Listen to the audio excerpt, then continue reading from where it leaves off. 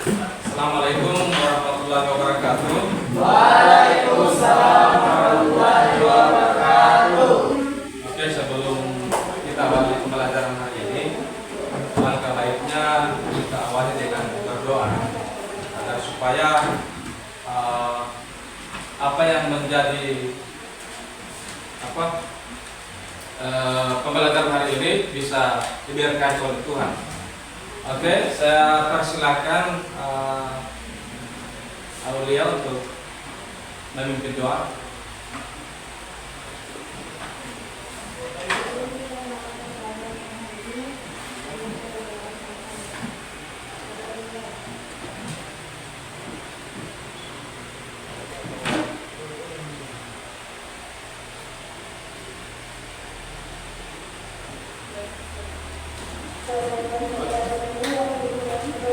Oke, baiklah, materi kali ini yaitu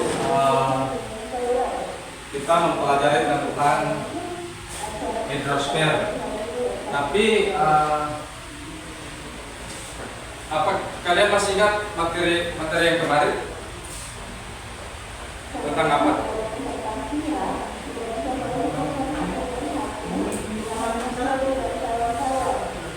Objek material geografi ya? Ya, objek material geografi itu apa saja?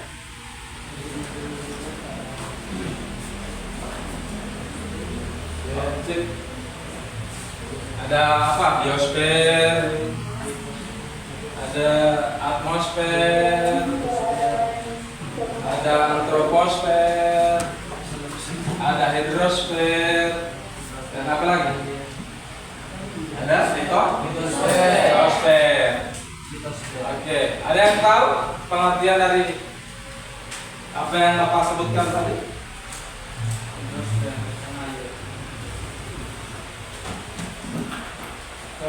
Oke, silakan. Kalau hidrosfer itu kalau lapisan air yang ada di permukaan bumi. Oke, bagus. Kita berikan aplaus dulu. Kemudian kalau litosfer ada yang tahu? Oke, lapisan tanah. Oke, baiklah. Sebelum kita masuk ke materi, Pak Guru akan mengecek kehadiran kalian. Jadi siapa yang tidak hadir hari ini? Toib dai. Oh, Toib Dai. Ya, kenapa dia? Izin. Oh, izin. Ada lagi? Sofian Hamsa ada? Sakit. Oh, sakit. Oke.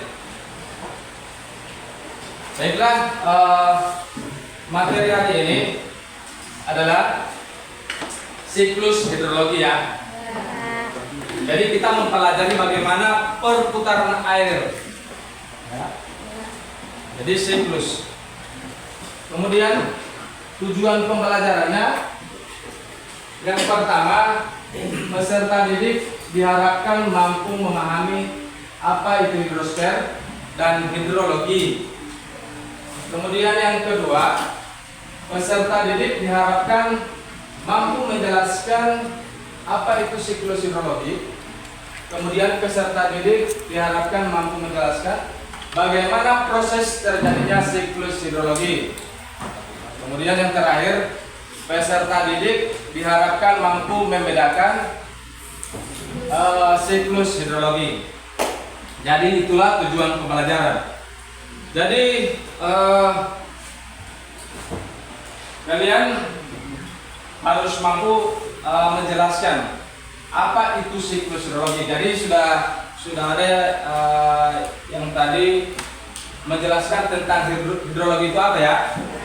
Nah, jadi untuk itu kalian lihat videonya.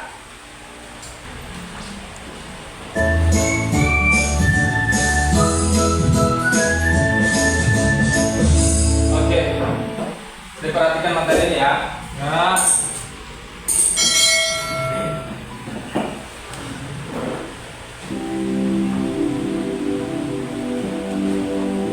Assalamualaikum warahmatullahi wabarakatuh. Terima kasih sudah klik video ini. Di sini kita akan belajar mengenai siklus hidrologi. Siklus air atau siklus hidrologi adalah sirkulasi air yang tidak pernah berhenti dari atmosfer ke bumi dan kembali ke atmosfer.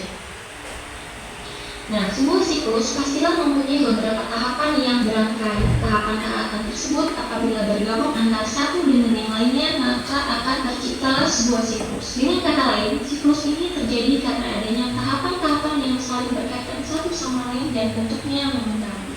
Siklus hidrologi ini setidaknya memiliki 9 tahapan.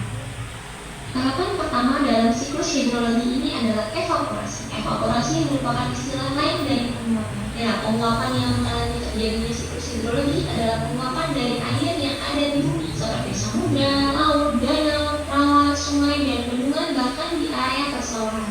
Nah, semua air tersebut akan berubah menjadi uap air karena adanya pemanasan dan sinar matahari.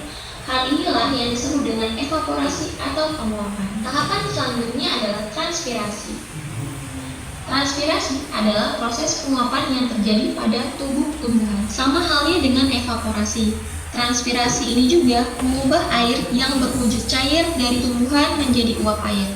Nah, uap air ini juga akan terbawa ke atas, yaitu ke atmosfer. Namun, biasanya penguapan yang terjadi karena transpirasi ini jumlahnya lebih sedikit atau lebih kecil daripada penguapan yang terjadi karena evaporasi. Nah, tahapan yang ketiga adalah evapotranspirasi.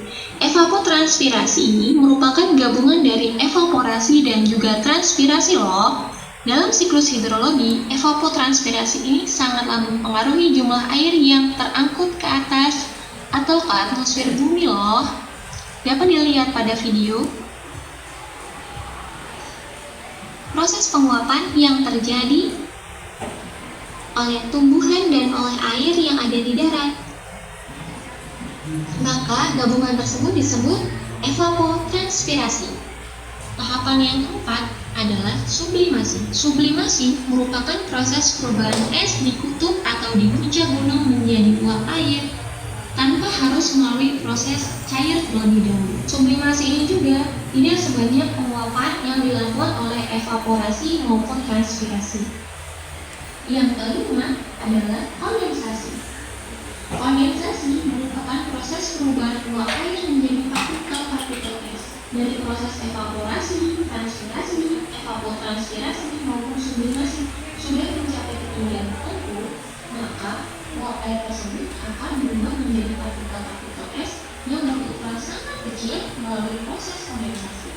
Nah, perubahan wujud ini terjadi karena pengaruh suhu udara yang sangat rendah berada di ketinggian tersebut. Partikel-partikel es yang berbentuk tersebut akan saling mendekati satu sama lain dan bersatu sehingga membentuk sebuah awan. Semakin banyak partikel es yang bersatu, maka semakin tebal dan juga hitam awan yang terbentuk. Tahapan yang keenam adalah adveksi. Adveksi ini terjadi setelah partikel-partikel es membentuk sebuah awan. Adveksi merupakan perpindahan awan dari satu titik ke titik lainnya, namun masih dalam satu horizontal. Proses adveksi ini terjadi karena adanya angin maupun perbedaan tekanan udara sehingga mengakibatkan awan tersebut berpindah. Proses adveksi ini memungkinkan awan akan menyebar dan berpindah dari atmosfer yang berada di lautan menuju atmosfer yang ada di daratan. Tahapan yang ketujuh adalah presipitasi. Presipitasi adalah proses mencairnya awan hitam akibat adanya pengaruh suhu udara yang tinggi. Pada tahapan inilah terjadinya hujan. Namun, tidak semua presipitasi menghasilkan air. Apabila presipitasi terjadi di daerah yang mempunyai suhu terlalu rendah, yaitu sekitar kurang dari 0 derajat Celcius, maka presipitasi akan menghasilkan salju. Tahapan yang kedelapan adalah runoff. Runoff atau limpasan ini merupakan proses pergerakan air dari tempat yang tinggi menuju ke tempat yang lebih rendah yang terjadi di permukaan bumi. Nah, pergerakan air tersebut terjadi melalui saluran-saluran seperti aliran got, sungai, danau, muara sungai, hingga samudra. Tahapan yang terakhir adalah infiltrasi. Nah, infiltrasi ini adalah resapan air ke dalam tanah. Air yang sudah berada di muka bumi akibat proses presipitasi tidak semua mengalir di permukaan bumi dan mengalami runoff loh. Sebagian dari air tersebut akan bergerak menuju pori-pori tanah, berembas dan terakumulasi menjadi air tanah. Sebagian air yang berembas ini hanya sebagian kecil saja, proses pergerakan air ke dalam pori-pori tanah ini disebut sebagai proses infiltrasi. Siklus hidrologi yang tahapan-tahapannya telah dijelaskan tadi ternyata tidak hanya terdiri atas satu macam saja loh. Nah, siklus hidrologi ini terdiri atas beberapa macam. Macam-macam siklus hidrologi ini terlihat dari panjang atau pendeknya proses siklus hidrologi. Nah, berdasarkan proses panjang dan pendeknya, siklus hidrologi ini dibagi menjadi 3 macam, yaitu siklus pendek, siklus sedang, dan siklus panjang. Siklus hidrologi pendek merupakan siklus hidrologi yang tidak mengalami proses adveksi. Uap air yang terbentuk melalui siklus hidrologi akan diturunkan melalui hujan yang terjadi di daerah-daerah sekitar laut. Nah, siklus hidrologi ini memiliki 3 tahapan. Yang pertama adalah air laut yang terkena pemanasan sinar matahari akan mengalami penguapan dan menjadi uap air. Kemudian, uap air tersebut akan mengalami kondensasi dan membentuk awan. Awan yang terbentuk tersebut akan menjadi hujan di sekitar permukaan laut tersebut. Nah, inilah yang disebut sebagai hujan di laut. Terus yang kedua adalah siklus sedang. Siklus hidrologi sedang merupakan siklus hidrologi yang umum terjadi di Indonesia. Hasil dari siklus hidrologi sedang ini adalah turunnya hujan di atas daratan. Hal ini karena proses adveksi akan membawa awan-awan tersebut ke arah daratan. Nah, siklus sedang ini terdapat 4 tahapan. Yang pertama, air laut yang terkena pemanasan sinar matahari akan mengalami penguapan dan menjadi uap air. Kemudian, tahapan yang kedua adalah uap air yang terbentuk mengalami proses adveksi karena adanya angin dan terkena udara sehingga bergerak menuju ke daratan. Jadi awan ini bergerak proses adveksi yang dari laut menuju ke daratan. Proses selanjutnya di atmosfer dan daratan, uap air tersebut akan membentuk awan dan kemudian akan mengubah menjadi hujan. Tahapan yang berikutnya adalah air hujan yang jatuh di permukaan bumi atau ke daratan akan mengalami runoff menuju ke sungai dan kembali ke laut. Terus yang terakhir adalah siklus hidrologi panjang. Siklus hidrologi panjang merupakan siklus hidrologi yang umum terjadi di daerah beriklim subtropis atau daerah pegunungan. Melalui siklus hidrologi panjang ini, hujan tidak langsung berbentuk air, namun turun dalam bentuk salju ataupun geyser terlebih dahulu. Tahapan dari siklus panjang ini yang pertama adalah terjadinya penguapan yang terjadi di laut atau disebut juga dengan evaporasi yang berasal dari laut maupun danau seperti yang ada di gambar ini. Selain penguapan yang terjadi oleh air, penguapan itu juga berasal dari tumbuh-tumbuhan atau disebut juga dengan transpirasi maupun penguapan yang dilakukan oleh es yaitu sublimasi. Kemudian, uap air yang telah berubah bentuk tersebut kemudian terbentuklah awan yang mengandung kristal-kristal es lalu mengalami proses kondensasi. Setelah mengalami proses kondensasi, maka awan tersebut mengalami proses adveksi, yaitu pergerakan awan dari titik satu ke titik yang lain dikarenakan oleh gerakan angin. Pergerakan awan tersebut menuju ke gunung yang memiliki tekanan udara yang lebih rendah. Awan yang sudah mengalami titik jenuh akan mengalami presipitasi dan turun sebagai salju. Salju akan berakumulasi menjadi geyser dan terbentuklah snowmelt runoff hingga surface flow. Geyser tersebut akan mencair karena adanya pengaruh suhu udara dan membentuk aliran sungai. Nah, air dari geyser yang mengalir di sungai tersebut kemudian akan kembali ke laut. Selain mengalir ke sungai, air tersebut akan merembes melalui infiltrasi, akan bermuara ke laut. Inilah penjelasan dari siklus panjang yang sudah saya jelaskan tadi. Nah, di sini saya akan memberikan kata kunci 9 tahapan siklus hidrologi yang mudah dihafal. Yang pertama, evaporasi adalah penguapan oleh air. Yang kedua, transpirasi yaitu penguapan oleh tumbuhan. Yang ketiga, evapotranspirasi yaitu penguapan gabungan air dan tumbuhan. Yang keempat, sublimasi penguapan oleh es. Yang kelima, kondensasi yaitu perubahan uap air menjadi partikel es. Yang keenam, adveksi yaitu pergerakan awan oleh angin secara horizontal. Yang ketujuh, presipitasi yang berarti hujan. Yang kedelapan, runoff yaitu aliran air permukaan. Yang kesembilan, infiltrasi yaitu merasapnya air ke dalam tanah. Kemudian, kata kunci tahapan siklus hidrologi itu memiliki 3 macam. Siklus pendek yaitu menguap di laut, hujannya di laut. Lalu yang kedua, siklus sedang menguap di laut, hujan di darat, dia filtrasi, run off, kembali ke laut. Yang ketiga, siklus panjang menguap di laut dan darat, hujan berupa salju di gunung es, mencair menjadi glacier, run off, infiltrasi, kemudian kembali ke laut. Inilah tahapan-tahapan dan macam-macam siklus hidrologi. Thank you. Oke, jadi itulah materi yang akan kita bahas pada hari ini. Tapi sebelum kita mengerjakan LKPD ini, saya akan membagi LKPD. Kalian saya bagikan kelompok. Ada berapa orang semua? 15 ya?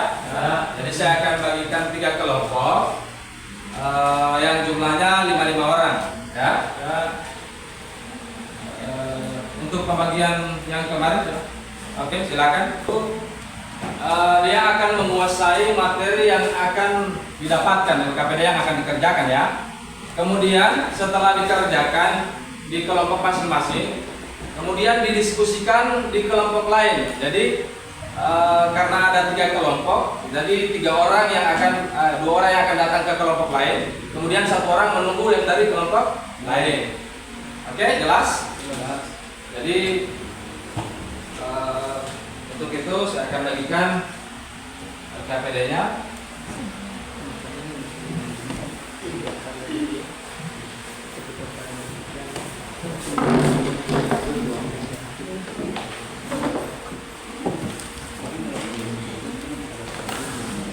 Oke, setelah berkunjung ke kelompok lain, kembali lagi ke kelompok asal ya.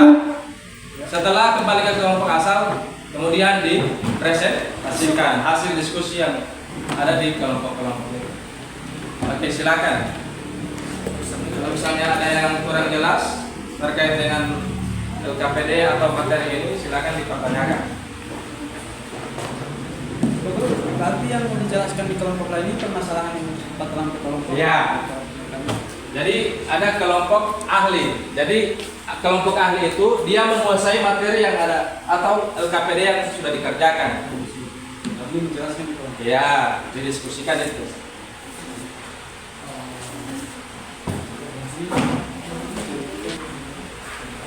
Ada lagi yang bertanya? Kelompok 1 sudah jelas? Jelas? Kelompok 3 jelas?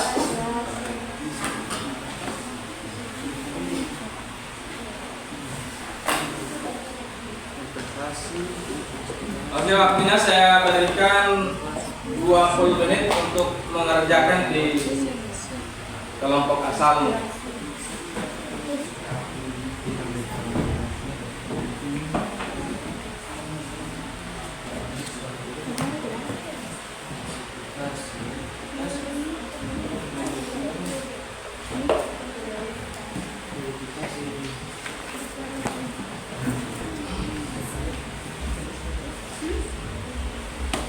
Nanti kalau ada yang kurang jelas ditanyakan ya.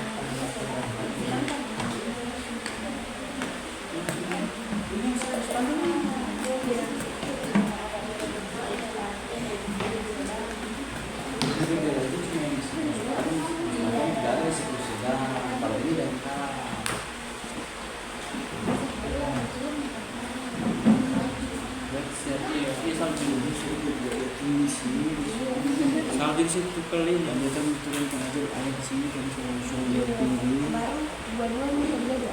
angin laut yang menjadi kondensasi. Habis perpindahan awan, habis adveksi, presipitas.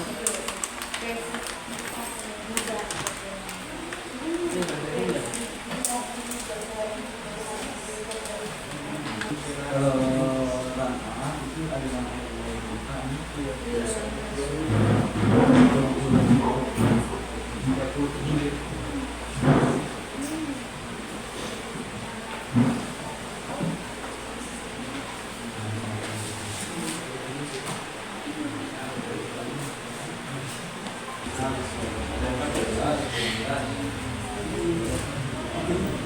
bahasa Indonesia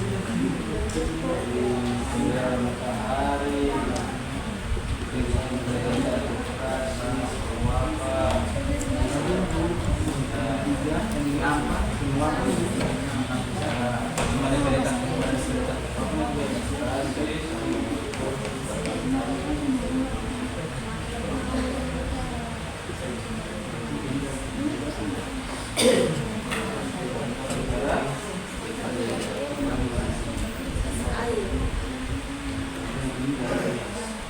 itu kan kelompok dua kan menceritakan bahwa yang berdasarkan temuan ini kan harus dia dari tahapan awal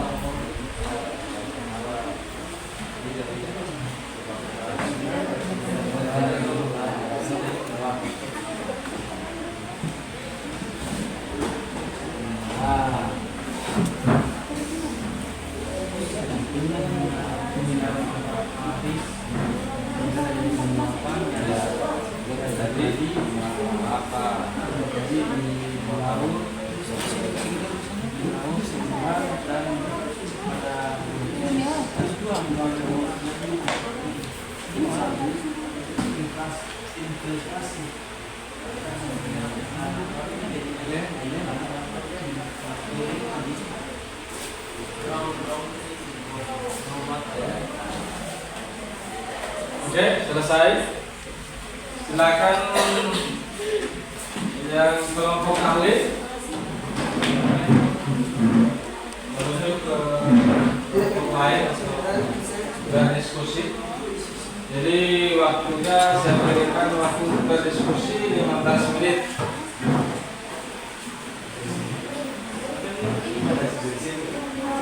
Jadi untuk kelompok dua siapa? Ya, 2 orang. Jadi kelompok dua 2 orang.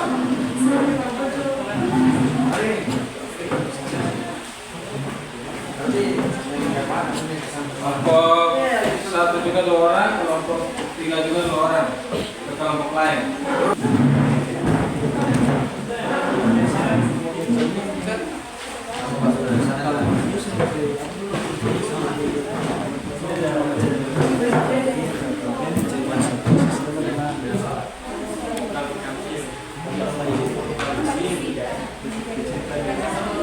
kita menjelaskan.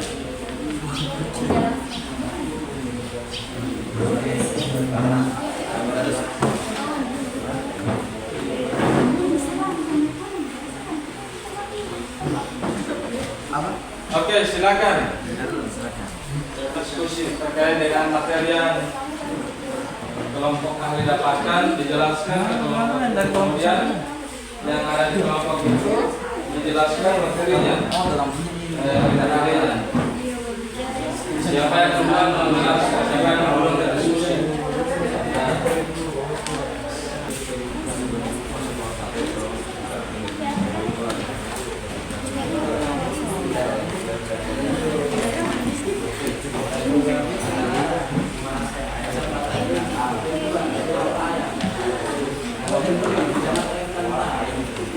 Hujan berasal dari siklus air bumi, proses dimulai ketika matahari memanaskan air di permukaan laut. Air tersebut menguap menjadi uap air. Uap air kemudian naik ke atmosfer dari awan menjadi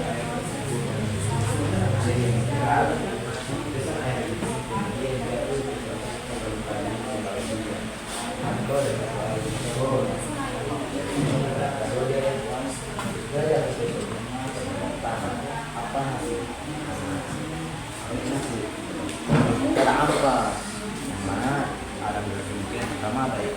infiltrasi, yang kedua aliran permukaan, yang ketiga evaporasi, yang keempat sih penyerapan oleh tumbuhan.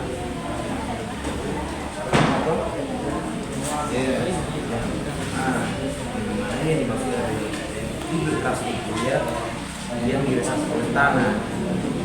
Oke, sehingga informatik yang di sini kita setelah dia berbicara seperti kemudian naik ke tempat, karena dia naik ke tempat yang suhunya lebih rendah, bagian tempat yang lebih tinggi. Kan kalau semakin tinggi lebih tempat, ya lebih susah. Oke, sama paling jauh baru transpirasi penguapan air pada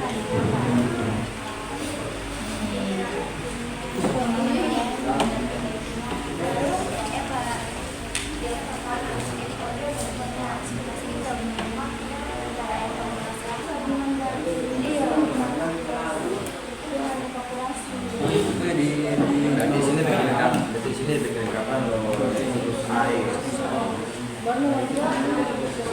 Yes, nasi. Nasi ya. Nyubir.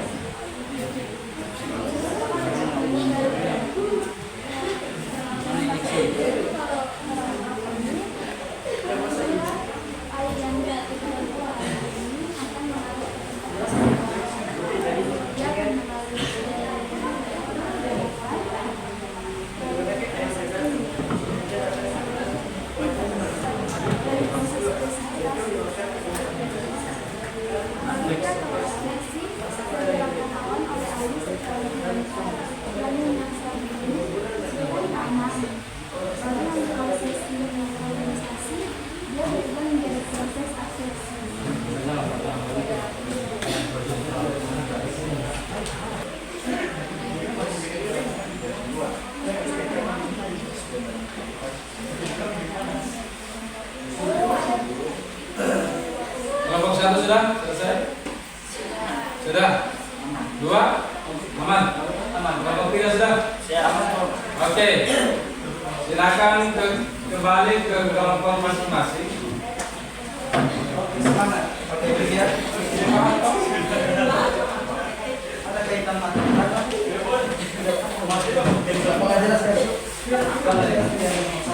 Kembali ke kelompok masing-masing ya. Kemudian satu orang memaparkan hasil pekerjaannya dari tiap-tiap kelompok.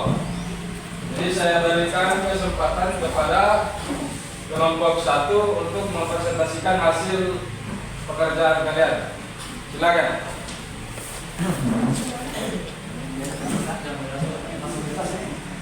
Ya. Assalamualaikum warahmatullahi wabarakatuh. Waalaikumsalam warahmatullahi wabarakatuh. Saya di sini satu materi kelompok 1 menjelaskan yang ada yang kerja kelompok yang kami kerjakan di lembaga ini. Jadi di lembaga kerja ini kita harus menjelaskan apa itu sebetulnya dari manakah air hujan itu datang. Yang kedua, setelah jatuh di permukaan tanah, apa nasib air hujan tersebut selanjutnya. Yang ketiga, mengapa juga air di dunia ini tidak akan habis. Nah, kita bedah persatu. Dari mana air hujan datang? Air hujan datang itu terjadi dalam siklus air, yang mana air hujan tersebut berasal dari siklus air yang prosesnya dimulai ketika matahari memanaskan air di permukaan laut, dan air tersebut menguap menjadi uap air di permukaan laut, dan air tersebut menjadi uap air kemudian naik ke atmosfer dan membentuk awan melalui proses kondensasi. Ketika awan menjadi jenuh dengan uap air atau partikel-partikel air berkumpulan dan membentuk tetesan air yang lebih berat. Tetesan air ini kemudian jatuh ke permukaan bumi sebagai air hujan. Itu terbentuknya air hujan. Yang kedua, setelah jatuh ke permukaan tanah, apa nasib-nasib air tersebut? Di sini ada beberapa kemungkinan, yang saya ada 4. Yang pertama ada infiltrasi, yang kedua ada aliran permukaan, yang ketiga ada evaporasi, yang keempat ada penyerapan oleh tumbuhan. Nah, saya jelaskan satu persatu. Infiltrasi itu sama kayak teman-teman yang dari kelompok 2, kelompok 3 akan diskusikan tadi. Yang mana infiltrasi itu adalah air hujan yang dapat meresap ke dalam tanah melalui proses yang disebut dengan infiltrasi. Air ini kemudian menjadi bagian dari air tanah dan dapat digunakan oleh tanaman untuk mengisi akuifer. Akuifer itu dia macam air yang diserap oleh akar. Yang kedua ada aliran permukaan. Jika tanah tidak dapat menyerap air dengan cepat atau jika hujan turun terlalu, meskipun ada perubahan bentuk dan lokasi air, jumlah air di bumi ini relatif konstan. Namun penting diingat bahwa kualitas di ketersediaan antara berbeda tempat itu pasti berbeda kualitas air, tidak akan yang sama di wilayah tertentu. Dan perlu kita ingat dan perlu kita jaga dan kita kelola sumber daya air ini dengan bijak agar air tersebut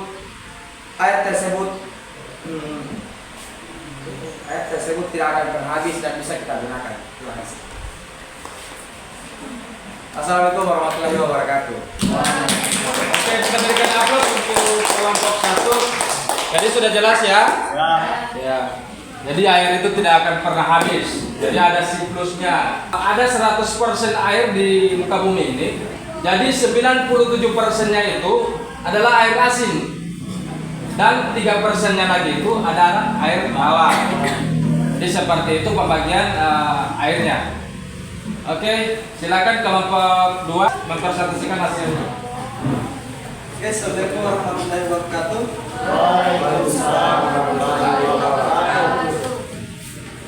Teman-teman sekalian, saya selaku perwakilan dari kelompok 2 akan menjelaskan permasalahan kami dan kelompok 2. Sini fokusnya kami di mana menceritakan proses siklusnya air.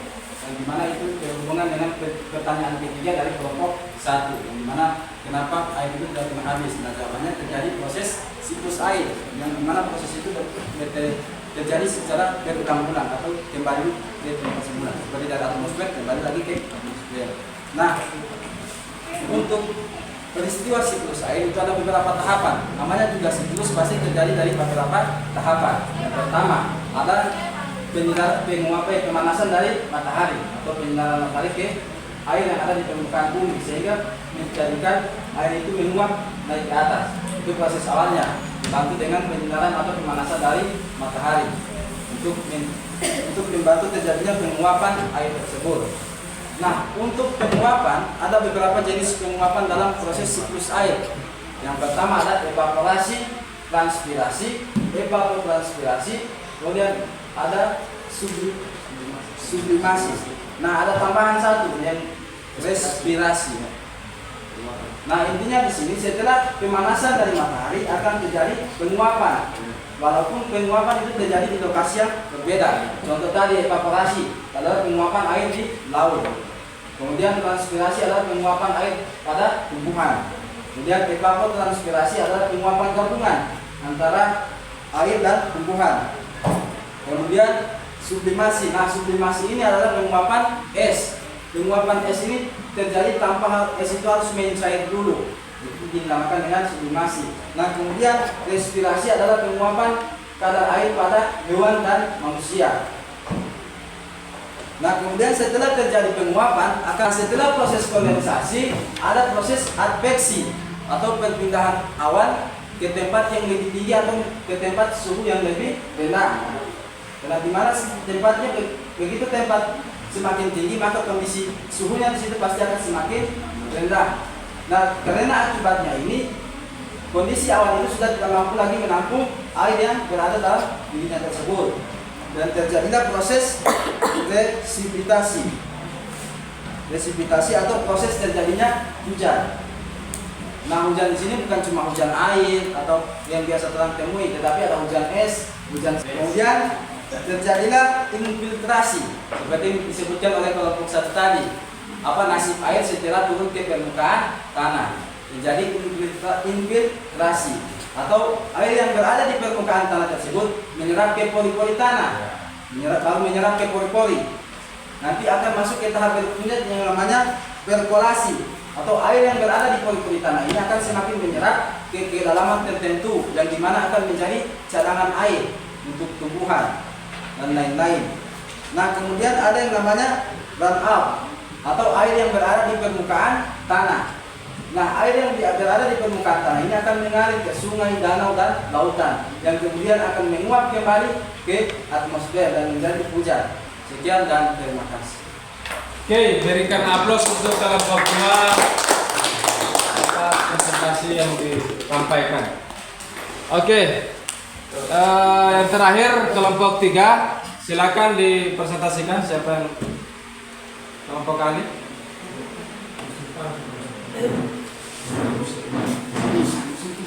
Assalamualaikum warahmatullahi wabarakatuh. Waalaikumsalam warahmatullahi wabarakatuh. Saya perwakilan dari kelompok 3 akan mengungkapkan hasil kerja kelompok kami. Sebelumnya, untuk LKPD 3 ini masih ada hubungannya dengan kelompok 2, yaitu LKPD 2. Hanya saja di sini kami diminta untuk menghubungkan antara gambar yang di sini dengan proses siklus hidrologi.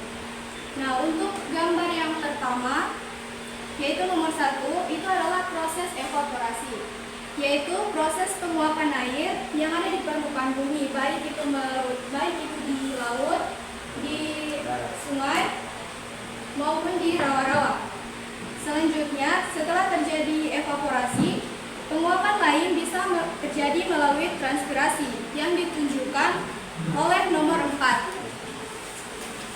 Transpirasi ini adalah proses penguapan air dari permukaan tumbuhan melalui pori-pori tumbuhan yang terhubung langsung dengan udara. Kemudian ada yang ketiga, yaitu evapotranspirasi yang ditunjukkan oleh gambar nomor 5. Evapotranspirasi ini merupakan gabungan dari transpirasi dan juga evaporasi. Selanjutnya ada sublimasi. Sublimasi ini masih proses penguapan, namun penguapan yang di sini terjadi pada es, tapi tanpa melalui proses pencairan yang ditunjukkan oleh gambar nomor 2. Setelah sublimasi, proses jadi air tanah. Setelah tahap infiltrasi ini, maka siklus ini akan berlangsung secara terus-menerus yang disebut dengan siklus hidrologi. Sekian, wassalamualaikum warahmatullahi wabarakatuh. Waalaikumsalam warahmatullahi wabarakatuh. Oke, kita berikan aplaus untuk kelompok 3. Jadi itulah proses bagaimana terjadinya siklus hidrologi ya. Dari penguapan, dari penyinaran matahari ya, penyinaran matahari, kemudian terjadi penguapan yang disebut dengan evaporasi, ada transpirasi, ada evapotranspirasi, ada yang namanya respirasi yang dijelaskan tadi oleh kelompok 2 ya. Jadi respirasi itu jelas ya, dari penguapan dari manusia dan hewan. Kemudian terjadilah awan, ya, kondensasi, kemudian dibawa oleh angin, terjadilah adveksi, kemudian terjadilah awan hitam yang kemudian turun menjadi hujan, yang disebut dengan presipitasi. Kemudian air hujan yang turun ke bumi melalui sungai, aliran sungai, itu yang namanya dinamakan tanah. Kemudian air yang masuk ke dalam tanah disebut dengan infiltrasi. Jadi itulah proses bagaimana terjadinya siklus air atau siklus hidrologi. Jadi jelas ya? Oke, dari hasil materi hari ini, kira-kira siapa yang dapat menyimpulkan materi pada hari ini? Oke, silakan. Teman-teman semua, dari proses pembelajaran tahap ini mengenai materi kita, yaitu proses hidrologi atau proses siklus hidrologi. Kesimpulan yang saya ambil di mana bahwa siklus hidrologi adalah siklus yang saling berkaitan, di mana mulai dari ketika diawali pasti akan kembali lagi ke awal tersebut, atau ketika pembentukan hujan akan kembali lagi ke atmosfer. Nah, berarti ini mengakibatkan air di bumi tidak akan pernah habis, di mana siklus ini akan selalu berulang setiap harinya atau secara terus menerus dan tidak akan pernah berhenti. Nah, inilah yang mengakibatkan jumlah potensi air di permukaan bumi yang lebih banyak daripada daratan. Dan itulah mengapa jumlah air tidak pernah berkurang atau tidak pernah habis. Sekian dan terima kasih. Ada yang lain? Ada yang lain?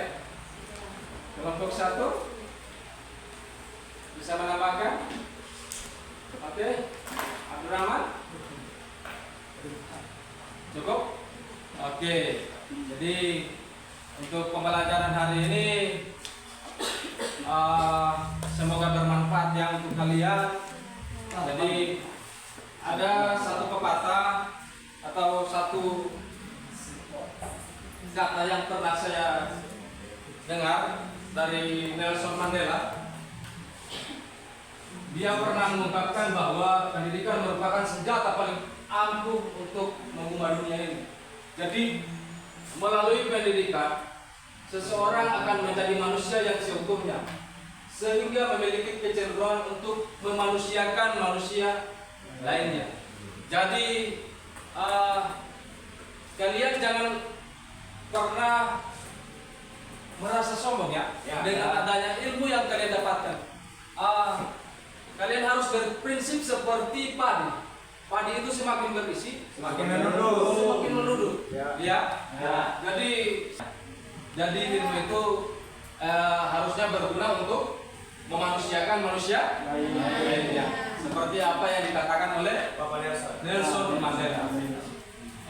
Jadi sebelum kita akhiri pertemuan hari ini, saya akan mengevaluasi terkait dengan apa yang Anda dapatkan hari ini ya.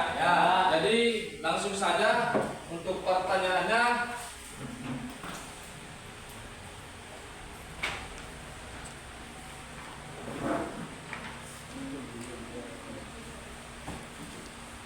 Yang ini. Oke, silakan dijawab di kertas masing-masing. Saya akan beri waktu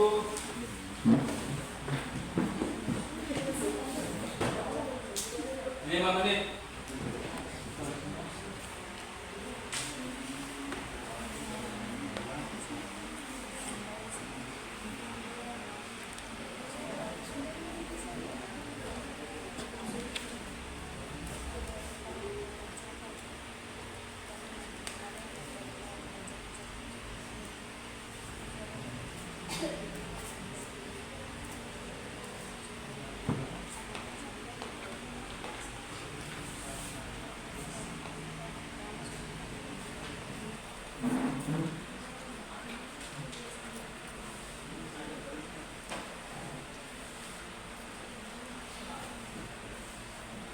Sudah.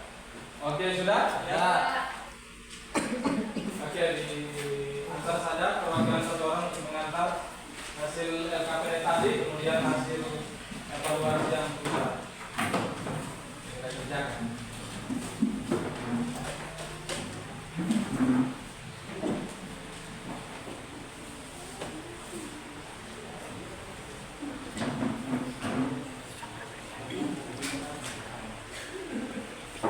Oke, untuk pertemuan hari ini kita akhiri saja ya, dengan mengucapkan hamdalah, alhamdulillahirobbilalamin. Semoga pembelajaran hari ini bermanfaat untuk kalian, untuk keluarga kalian, untuk sahabat-sahabat kalian, untuk teman-teman kalian, dan seluruh yang ada di muka bumi ini. Amin.